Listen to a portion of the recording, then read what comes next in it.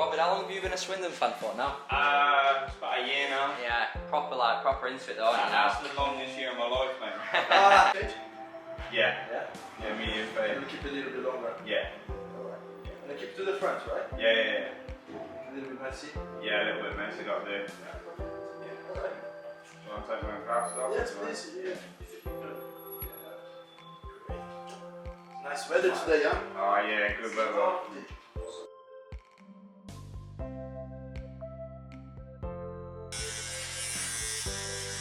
Are you going to the next match? Yeah, I'll be there on Saturday. Yeah.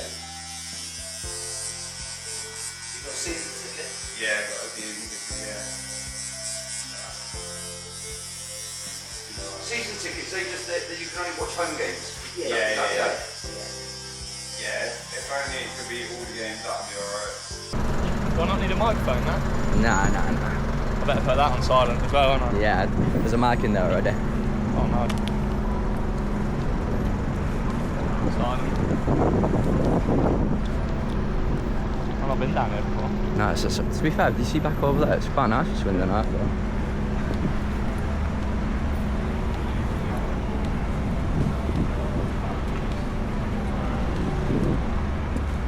Hello. Yeah, mate, you're I'm alright. good, how are you? I'm good, thank you.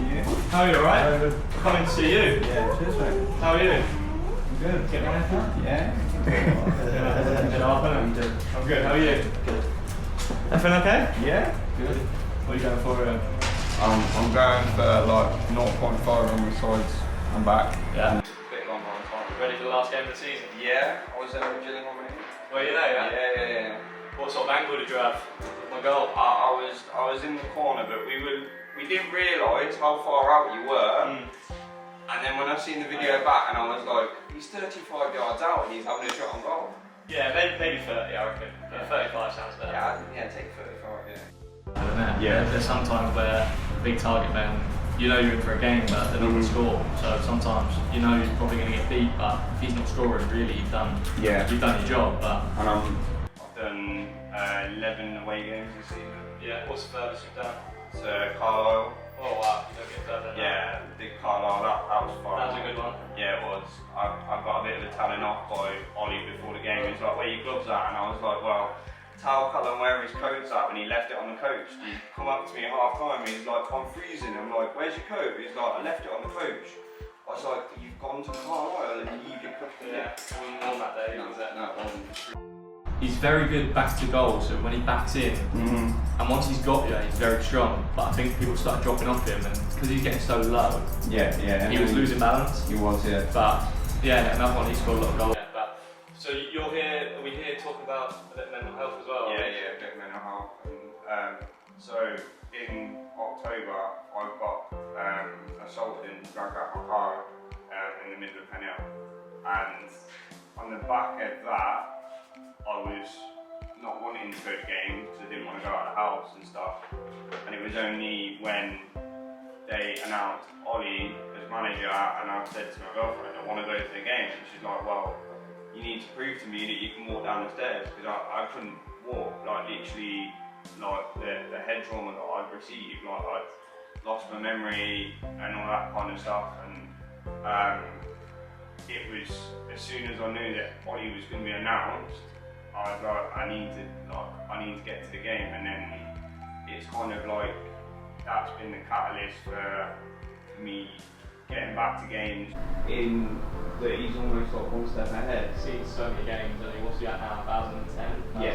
You see it all in every scenario, you've seen it. My friends that I met through the football, and he messaged me and he was like, I haven't been to games for a while, and I was like, why? And he was like, I had a bit of a breakdown. Yeah.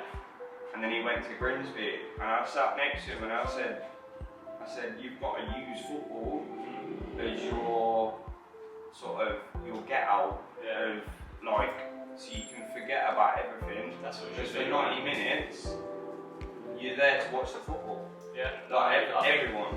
Obviously the second half of the season probably helped as well, Yeah. like the run of form. It's not easy sometimes when you love the club, right? So you want to see him win, and sometimes it can actually have the adverse effect when we have such a bad start. But I think obviously it helps that that our form probably enhanced. Obviously, the football helps you, and then us winning as well probably enhances how you feel as well. Yeah.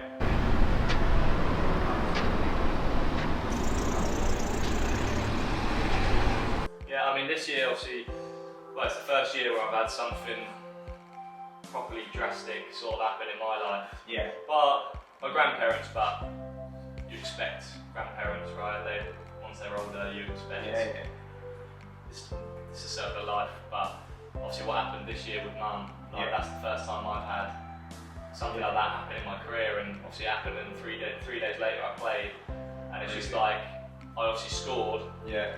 And then I shanked a clearance that went straight to them and they scored. Then I scored an own goal. And it's like the highs and lows of literally, I had life in the week, then I had work, and then as soon as the game finishes, I had so many family there, like straight over to them, and I could see like my old man getting emotional.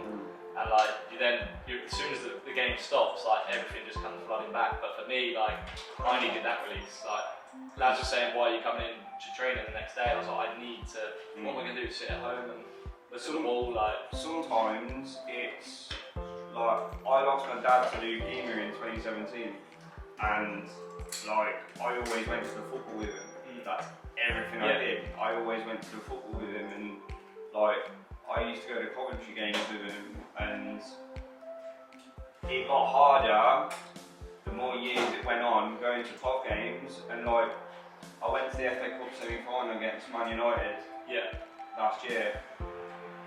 And all I wanted to do was talk to my dad. Do you know, it's the little things like that where you can't. Well, that's the thing, like, Mum's whole weekends and Tuesdays it was just football. And when I spoke to her on the day, it's football, like, what are you doing tomorrow? Football.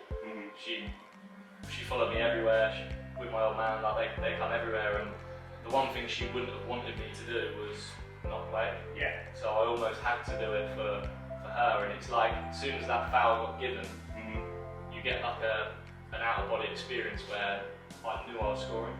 I knew exactly, it was just written that was going to go in. Yeah, and I think that's the sort of thing where, like with me losing my dad, it's felt different when I then moved to Swindon, and although I got stick for like dropping cars and then following Swindon, I did it for my own mental health, because I'm sort of thinking, like, it feels completely different. But it's the same where people don't know what's gone on.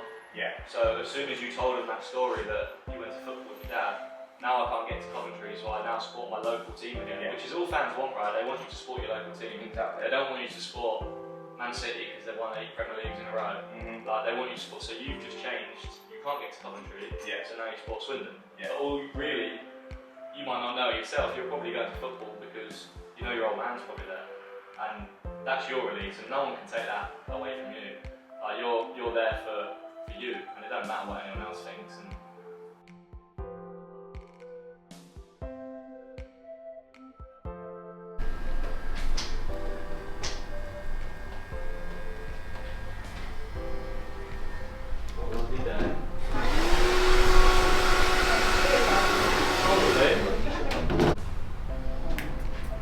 What do you think of the trip, Robert? All good, yeah.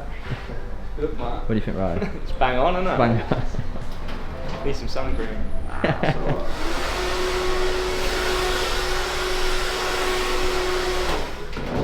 Hey, are you ready for the game on Saturday, man? Yeah, can I have my spec? I can't see without my spec. Oh yeah, that's alright.